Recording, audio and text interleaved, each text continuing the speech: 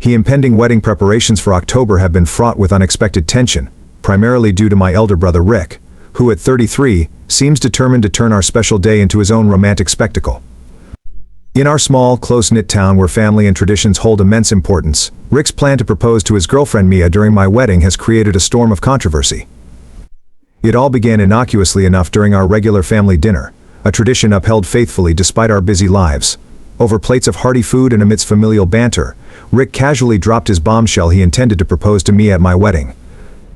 Initially, I laughed, assuming it was a jest aimed at provoking me, but his subsequent earnestness quickly dispelled any doubts. Rick's reasoning was as straightforward as it was infuriatingly self-centered. In his view, our wedding offered the perfect stage. Everyone we knew would be there. The photographer would capture Mia's surprise and joy from all angles, creating cherished memories for the future. He brushed off my objections, dismissing them as overblown. Insisting that he only needed a small portion of the day, 10 minutes, he proposed to make his grand gesture. Naturally, I refused outright. To me, a wedding is sacred, a day set aside for the bride and groom to bask in their love and commitment, not a backdrop for someone else's personal milestone. My attempts to enlist parental support in reining in Rick's audacious plan were met with surprising neutrality. Despite being the voice of reason in countless disputes between us over the years, they opted to stay out of this particular sibling squabble, leaving me to fend for myself. Turning to my fiancée for support, I shared Rick's proposal ambitions with her, and she was rightfully incensed. Her stance mirrored mine. Allowing Rick to propose at our wedding was simply out of the question. Yet, Rick's subsequent behavior has only heightened our concerns. Asking for the wedding itinerary under the guise of helping ensure everything was on track could either be a genuine interest in our big day or a cunning ploy to orchestrate his proposal seamlessly. Adding a layer of complexity to the situation is the fact that Mia, Rick's girlfriend, is a dear friend from my college days. While they've been together for a mere 7 months, it's evident to me and increasingly clear to Mia that she isn't ready for the kind of commitment Rick envisions. Mia has dreams of pursuing a master's degree abroad, specifically in London, and her career aspirations don't align with settling down anytime soon.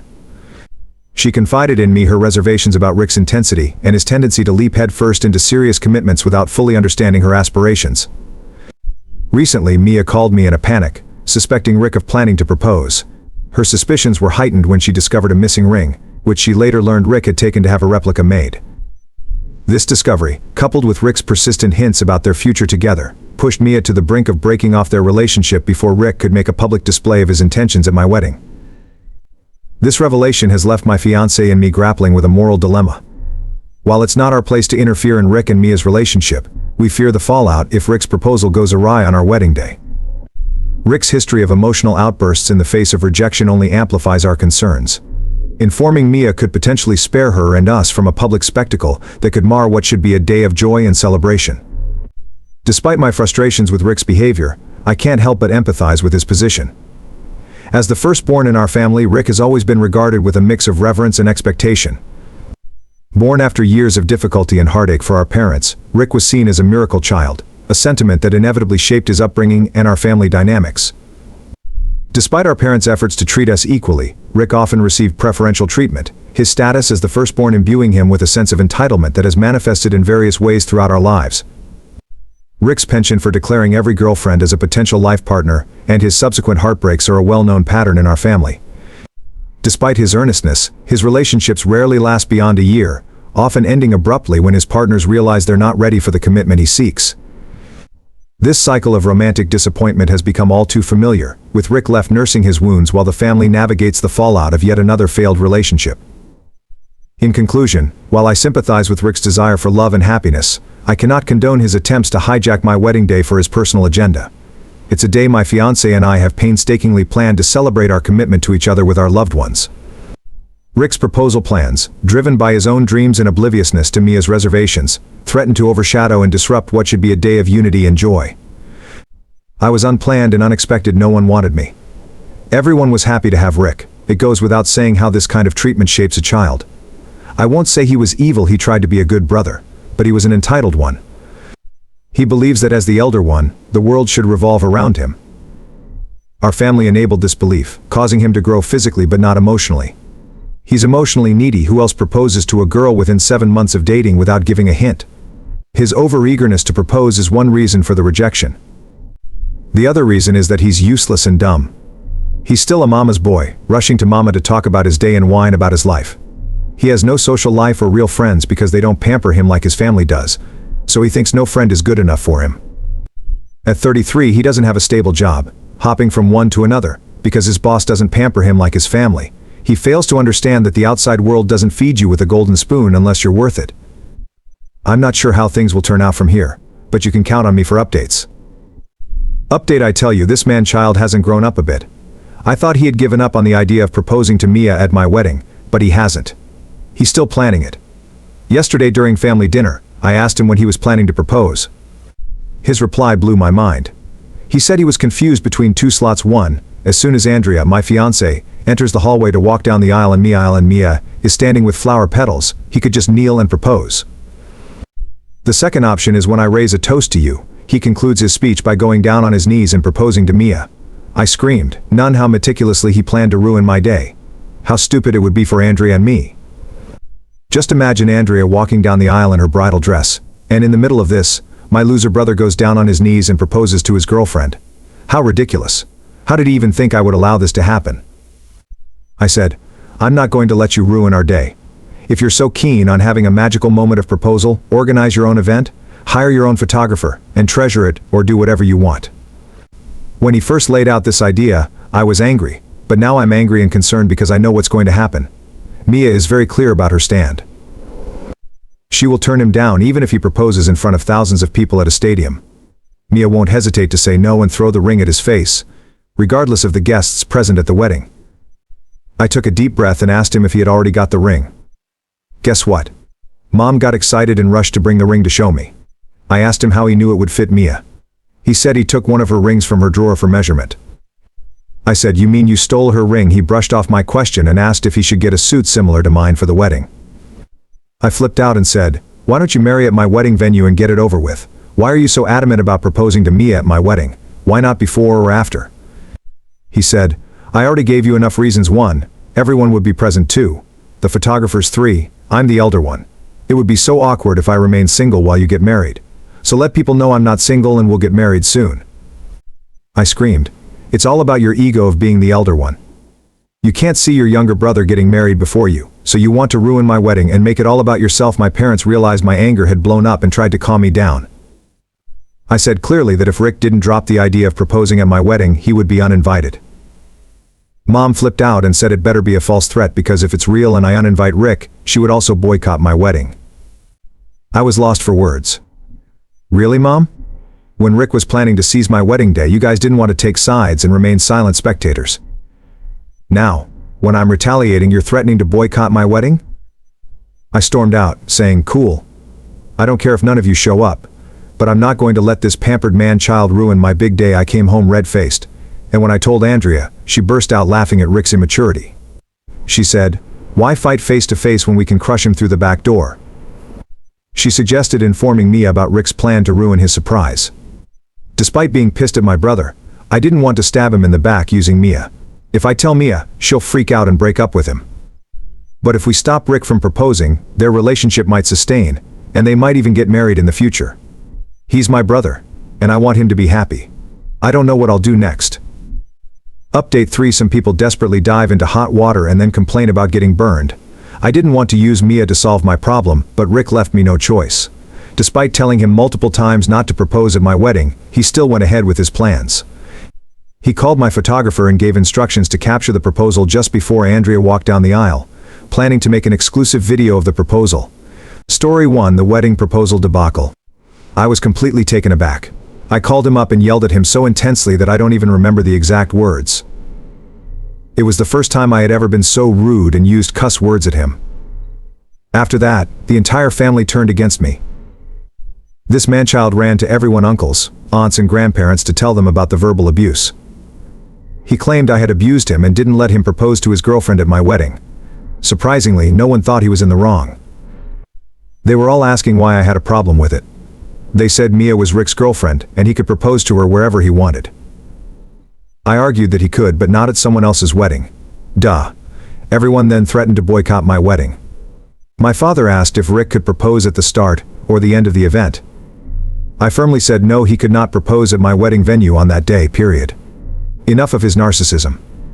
Amidst this chaos, Mia called me and said she found her missing ring in the corner of the closet. Rick had smartly placed the ring there to dispel her suspicions, and it worked. She apologized for suspecting Rick. I asked if she was going to break up with him. She said no, not yet. She wanted to wait until she moved out for her master's program to see how things went. I said okay and hung up. After some thought, I texted Mia to come over. I told her the whole truth. She was horrified and said she had told Rick she had no plans to marry anytime soon and wanted to finish her master's first. She was baffled that he didn't get the hint from this. She decided she would break up with him right then. I told her to do whatever she wanted but to keep me out of it. She said I saved her from embarrassment, and she was going to save my day. Mia, Andrea and I sat down to create the perfect monologue for Mia to break up with Rick. Mia called Rick and told him she got a scholarship to study for her master's at a reputed college in London and would be moving there next month. It was all made up, but we needed to get rid of him.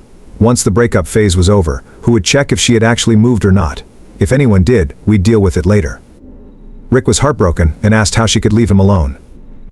He said he needed time to figure out his work in London so he could move in with her, and even suggested she postpone her admission by a year so he could sort things out.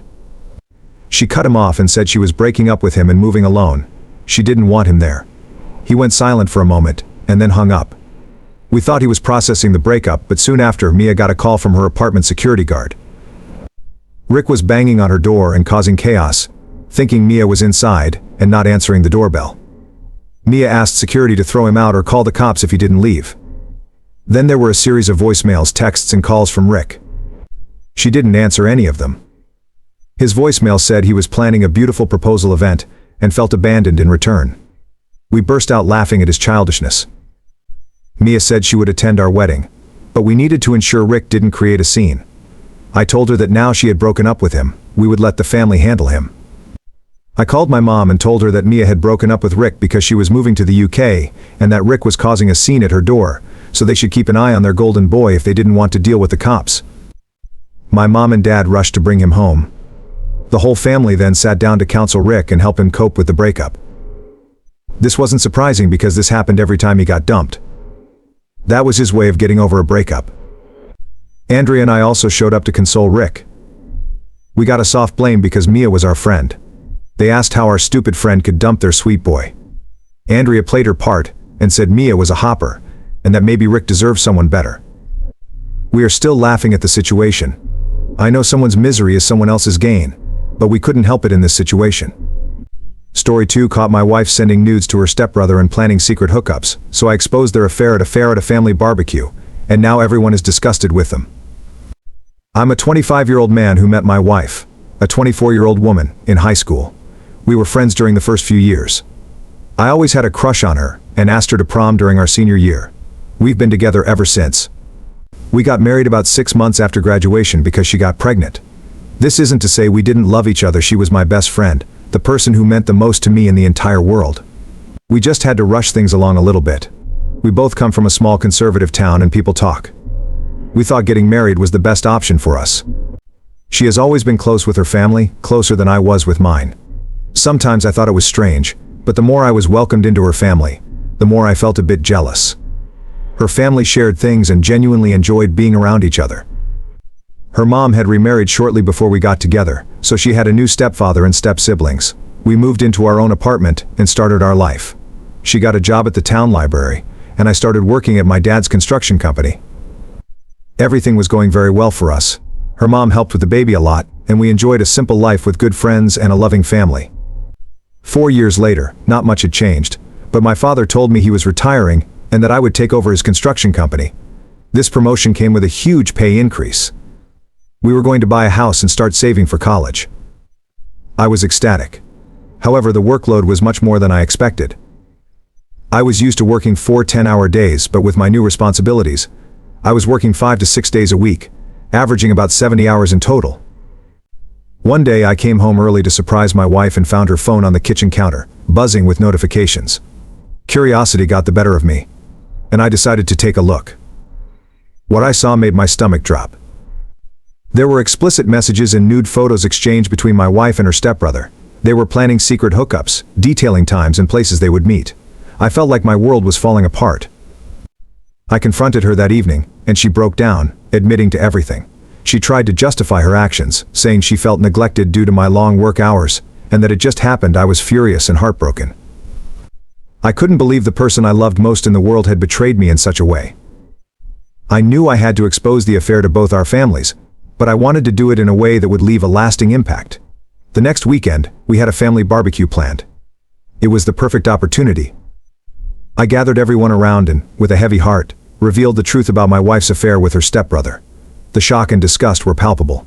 Our families were horrified. Her stepfather was especially devastated, as this betrayal cut through the entire family. The fallout was immediate and severe.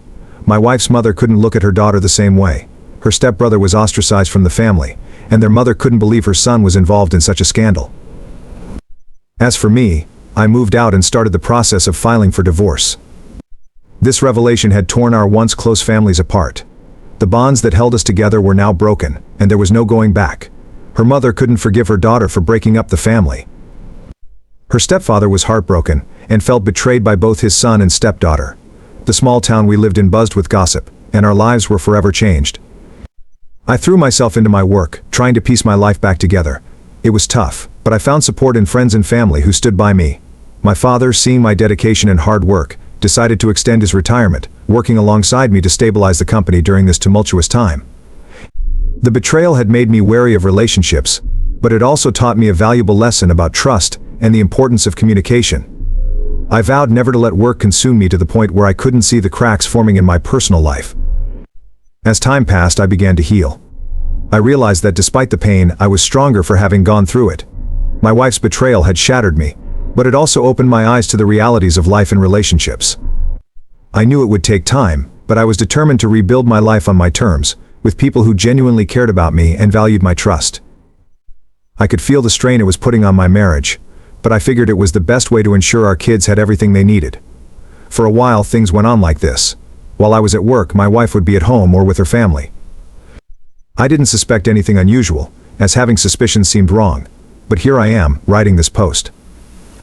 During the spring and summer, work always gets incredibly busy, so I'm home less and less. Recently, I noticed that my wife's stepbrother was coming around more often to hang out while I was out.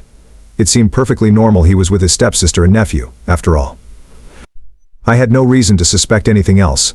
They called and texted each other regularly, and they chatted on Snapchat all the time.